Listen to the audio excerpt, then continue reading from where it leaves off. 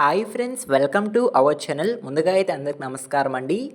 ఆంధ్రప్రదేశ్ రాష్ట్ర వ్యాప్తంగా ఉన్నటువంటి గ్రామ కంఠం భూములకు సంబంధించి సీఎం చంద్రబాబు నాయుడు గారు అయితే వెంటనే రిజిస్ట్రేషన్స్ ప్రారంభించాలని అధికారులకు ఆదేశాలు జారీ చేసినట్లయితే సమాచారం అండి. దీనిపై వెంటనే స్పందించిన రెవెన్యూ అధికారులు ఈ రిజిస్ట్రేషన్స్కి సంబంధించి కొత్త మార్గదర్శకాలు అయితే విడుదల చేసినట్లయితే సమాచారం అండి. గ్రామ కంఠం భూములకు సంబంధించి రిజిస్ట్రేషన్స్ ఏ విధంగా చేసుకోవాలి, ఎవరు చేసుకునేందుకు వెసులుబాటు కల్పించారు, అసలు గ్రామకంఠ భూములు అంటే ఏమిటి, ఎటువంటి డాక్యుమెంట్స్ అవసరమవుతాయి అనేటువంటి పూర్తి సమాచారం అయితే ఈ వీడియోలో తెలియజేస్తాను. ఈ వీడియోని ఎక్కడ స్కిప్ చేయకుండా పూర్తి వరకు చూడండి. అప్పుడే మీకు గ్రామకంఠం భూములకు సంబంధించి రిజిస్ట్రేషన్స్ ఏ విధంగా చేసుకోవాలి అనేటువంటి సమాచారం అయితే అర్థమవుతుంది. అదేవిధంగా మన ఛానల్ని ఎవరైనా మొదటిసారి చూస్తుంటే ఛానల్ చూసి కంటెంట్ నచ్చినట్లయితే సబ్స్క్రైబ్ చేసుకొని పక్కనే ఉన్న బెల్ ఐకాన్ అయితే ఆన్లో పెట్టుకోండి. సో ఇక లేట్ చేయకుండా డైరెక్ట్గా వీడియోలోకి అయితే వెళ్ళిపోదామండి. వీడియోలో భాగంగా ముందుగా చూసుకున్నట్లయితే అసలు గ్రామకంఠం భూములు అంటే ఏమిటి అనేటువంటి సమాచారం అయితే తెలియజేస్తానండి. ముందుగా చూసుకున్నట్లయితే గ్రామ ప్రజలు నివసించే స్థలాలను గ్రామకంఠం భూములు అని అనడం జరుగుతుంది అయితే సమాచారం. పూర్వీకుల కాలం నుంచి వాడుకలో ఉన్న నివాస భూములను కూడా గ్రామకంఠం భూములు అంటారంటే సమాచారం అండి. అదేవిధంగా వ్యవసాయ భూమిగా కాకుండా నివాస అవసరాల కోసం ఉపయోగిస్తారు. సాధారణంగా గ్రామ పంచాయతీ పరిధిలో ఉంటాయంటే సమాచారం అండి. ఈ విధంగా ఉన్న వాటిని గ్రామకంఠం భూములు అని అనడం జరుగుతుందంటే సమాచారం. సో ఓకేనా, మీకు అర్థమైంది అనుకుంటున్నాను. సో మీకు ఎగ్జాంపుల్ చెప్పాలంటే మీరు నివసించే ఇల్లు గ్రామకంఠం భూముల రిజిస్ట్రేషన్లో కనుక ఉన్నట్లయితే సో దాన్ని మీరు వెంటనే మీ పేరు మీద మార్చుకోవడానికి అవకాశం అయితే ప్రభుత్వం అయితే కల్పించడం జరిగిందండి. సో ఇప్పుడు మీరు గ్రామకంఠం భూముల రిజిస్ట్రేషన్స్ అంటే గ్రామకంఠ భూముల లిస్టులో కనుక మీ భూమి కనుక ఉన్నట్లయితే సో మీరు దాన్ని అమ్మలేరు. సో వేరే భూములు మీరు కొనలేరు. సో ఆ ఇంటి మీద మీరు రుణాలు అనేవి తీసుకోలేరండి. సో ఈ విధంగా గ్రామకంఠ భూముల కింద కనుక ఉన్నట్లయితే సో మీరు ఈ విధంగా అయితే చేయలేరు. సో ఇప్పుడు వాటి నుంచి వెసులుబాటు కల్పించడం కోసం అయితే ప్రభుత్వం అయితే రిజిస్ట్రేషన్స్ అయితే ప్రారంభించడం జరిగిందండి. సో ఓకేనా, రిజిస్ట్రేషన్స్ ఏ విధంగా చేసుకోవాలి అనేటువంటి సమాచారం అయితే తెలియజేస్తాను. అంతకంటే ముందు ఈరోజు పత్రికా ముఖంగా ఈ యొక్క పథకానికి సంబంధించి ఒక తాజా సమాచారం అయితే రావడం జరిగింది. ఆ సమాచారాన్ని అయితే నేను మీకు 1 by 1 అయితే తెలియజేస్తాను. ముందుగా చూసుకున్నట్లయితే ఇంటి ఖాళీ స్థల పన్ను రసీదులు ఆధారంగా రిజిస్ట్రేషన్స్ అనేవి జరుగుతాయంటే సమాచారం అండి. లింకు డాక్యుమెంట్లు తప్పనిసరి కాదు. కొత్త మార్గదర్శకాలు విడుదల చేసిన రెవెన్యూ శాఖ అని అయితే ఈరోజు పత్రికాముఖంగా ఒక తాజా సమాచారం అయితే రావడం జరిగింది. గ్రామకంఠం భూముల రిజిస్ట్రేషన్కు చిక్కుముడులు తొలగిపోయాయి. వెబ్ల్యాండ్ రికార్డులలో ఒక సర్వే నెంబర్ గ్రామకంఠంగా నమోదైతే అది నిషేధిత జాబితాలో ఉన్నా లేకున్నా రిజిస్ట్రేషన్ చేసుకునేందుకు ప్రభుత్వం అనుమతి ఇచ్చినట్లయితే సమాచారం. ఇంటి పన్ను, ఖాళీ స్థలాల పన్ను రసీదుల ఆధారంగా వాటిని రిజిస్ట్రేషన్ చేయాలని రిజిస్ట్రేషన్ శాఖకు ఆదేశాలు ఇచ్చిందని అయితే మనకి సీఎం చంద్రబాబు నాయుడు గారు అయితే తెలియజేయడం జరిగిందండి.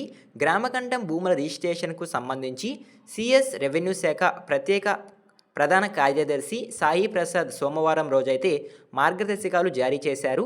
వెబ్ల్యాండ్ రికార్డులలో గ్రామకంఠం అని నమోదైన సర్వే నెంబర్లకు మాత్రమే ఇవి వర్తిస్తాయి అందులో పేర్కొన్నారు. గ్రామకంఠం భూములంటే సాధారణంగా గ్రామంలోని నివాస ప్రాంతాలు, ప్రభుత్వ సామాజిక అవసరాలకు కేటాయించిన భూమి మినహా మిగిలిన గ్రామకంఠం భూముల్ని 22A నిషేధిత ఆస్తుల జాబితా నుంచి తొలగిస్తూ 2015లోనే ఉత్తర్వులు జారీ అయ్యాయని మనకి అధికారులు అయితే వెల్లడించడం జరిగింది. అయితే గ్రామకంఠంగా నమోదైన సర్వే నెంబర్లు కూడా 22Aలో ప్రభుత్వ భూమిగా కనిపించనున్నాయి. సబ్ డివిజన్ జరగకపోవడంతో ఆ సర్వే నెంబర్ల మొత్తాన్ని 22Aలో ప్రవేశపెట్టినట్లయితే సమాచారం అండి. సో వాటికి ఇప్పుడు విముక్తి అయితే ప్రభుత్వం అయితే కల్పించబోతున్నట్లయితే సమాచారం అండి. సో ఓకేనా, ఎవరి భూములైతే గ్రామకంఠం లిస్టులో ఉన్నాయో సో వాటిని వారి పేరు మీద రిజిస్ట్రేషన్ చేసుకునేందుకు ప్రభుత్వం అయితే ఇప్పుడు రిజిస్ట్రేషన్స్ అయితే ప్రారంభించడం జరిగింది. సో వాటికి సంబంధించి ఇప్పుడైతే కొన్ని కొత్త మార్గదర్శకాలు అనేవి విడుదల చేయడం జరిగిందండి. ఆ మార్గదర్శకాలు ఏంటి అనేటువంటి సమాచారం అయితే తెలియజేస్తాను. ముందుగా చూసుకున్నట్లయితే ఆస్తి వెబ్ల్యాండ్ రికార్డులలో గ్రామకంఠంగా నమోదైన సర్వే నెంబర్లో ఉంటే ఆ సర్వే నెంబర్ నిషేధిత ఆస్తుల జాబితాలో ఉందా లేదా అనే దానితో సంబంధం లేదు. రిజిస్ట్రేషన్ ప్రక్రియ కొనసాగించాల్సిందేనని మనకి అధికారులు అయితే ఆదేశాలు జారీ చేయడం జరిగిందండి. అదేవిధంగా ఆస్తి గ్రామకంఠం సర్వే నెంబర్లో భాగమనే లింకు డాక్యుమెంట్లు ఉంటే రిజిస్ట్రేషన్ అధికారిక పత్రాలను అంగీకరించాలి అంటే సమాచారం. ఒక స్థలంలో ఇల్లు ఉంది, ఎలాంటి లింకు దస్తావేజులు లేవు, స్థానిక సంస్థలు జారీ చేసిన ఇంటి పన్ను రసీదును అంగీకరించి రిజిస్ట్రేషన్ చేయాలంటే సమాచారం. అదేవిధంగా పట్టణ ప్రాంతాల్లో వంశపారం ఖాళీ స్థలాలు ఉన్నాయంటే సమాచారం. వాటికి లింక్ డాక్యుమెంట్లు లేదు, ఇంటి పన్ను రసీదులు లేవు, ఖాళీ స్థల పన్ను రసీదులను రిజిస్ట్రేషన్ అధికారికంగా మీరు అంగీకరించాలని ప్రభుత్వం అయితే ఆదేశాలు జారీ చేయడం జరిగింది. తగిన ధృవీకరణ రికార్డులు 2023 మార్చి 21న జారీ చేసిన సర్క్యులర్లో పరిశీలించి రిజిస్ట్రేషన్ చేయాలనైతే సమాచారం అండి. అదేవిధంగా గ్రామీణ ప్రాంతంలో వంశపారం ఖాళీ స్థలాలు ఉన్నాయి, వాటికి లింక్ డాక్యుమెంట్లు, ఇంటి పన్ను రసీదు లేకపోతే రిజిస్ట్రేషన్ చేసే వారి పత్రంలోనే స్వయం ధృవీకరణ చేర్చాలి. అందులో వారసత్వ వివరాలు, ఆస్తిని స్వేచ్ఛగా అనుభవించడం 22(a)లో లేదనే విషయాలు పొందుపరచాలనైతే రెవెన్యూ అధికారులకు ఆదేశాలు జారీ చేసినట్లయితే సమాచారం అండి. రెవెన్యూ అధికారుల నుంచి సర్టిఫికేట్ తెచ్చుకోమని ఒత్తిడి చేయకూడదు. 2026 ఫిబ్రవరి 17న ఇచ్చిన మార్గదర్శకాలు అనుసరించాలంటే సమాచారం అండి. సో ఈ విధంగా కొత్త మార్గదర్శకాలు అనేవి కూడా గ్రామకంఠం భూములకు సంబంధించి రావడం జరిగింది. సో ఓకేనా. సో ఈ విధంగా గ్రామకంఠం భూముల రిజిస్ట్రేషన్కి సంబంధించి సీఎం చంద్రబాబు నాయుడు గారు అయితే రిజిస్ట్రేషన్స్ చేయాలని రెవెన్యూ శాఖకు ఆదేశాలు జారీ చేసినట్లయితే సమాచారం. దానిపై వెంటనే స్పందించిన రెవెన్యూ అధికారులు కొత్త మార్గదర్శకాలు అనేవి కూడా విడుదల చేయడం జరిగిందండి. సో ఎవరైతే భూముల్లో గ్రామకంఠం లిస్టులో ఉన్నాయో భూములు, సో వారు పేరు మీదుగా మార్చుకునేందుకు ఇది ఒక గొప్ప అవకాశం అయితే చెప్పుకోవచ్చు అండి. సో వెంటనే మీరు మీ యొక్క భూములను మీ పేరు మీద మార్చుకోండి. సో అప్పుడు మీరు మీ భూములను అమ్ముకోవచ్చు, లేదా వేరే వాళ్ళ భూములు కొనవచ్చు. మీరు మీ ఇంటి పేరు మీద రుణాలు అనేవి కూడా తీసుకోవచ్చు.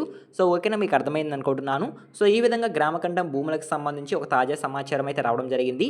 ఈ ఇన్ఫర్మేషన్ కనుక మీకు నచ్చినట్లయితే లైక్ చేయండి. ఇలాంటి లేటెస్ట్ అప్డేట్స్ కొరకు మన ఛానల్ని సబ్స్క్రైబ్ చేసుకొని పక్కనే ఉన్న బెల్ ఐకాన్ అయితే ఆన్లో పెట్టుకోండి. ఎండ్ వరకు చూసింటే థ్యాంక్ యూ ఫర్ వాచింగ్.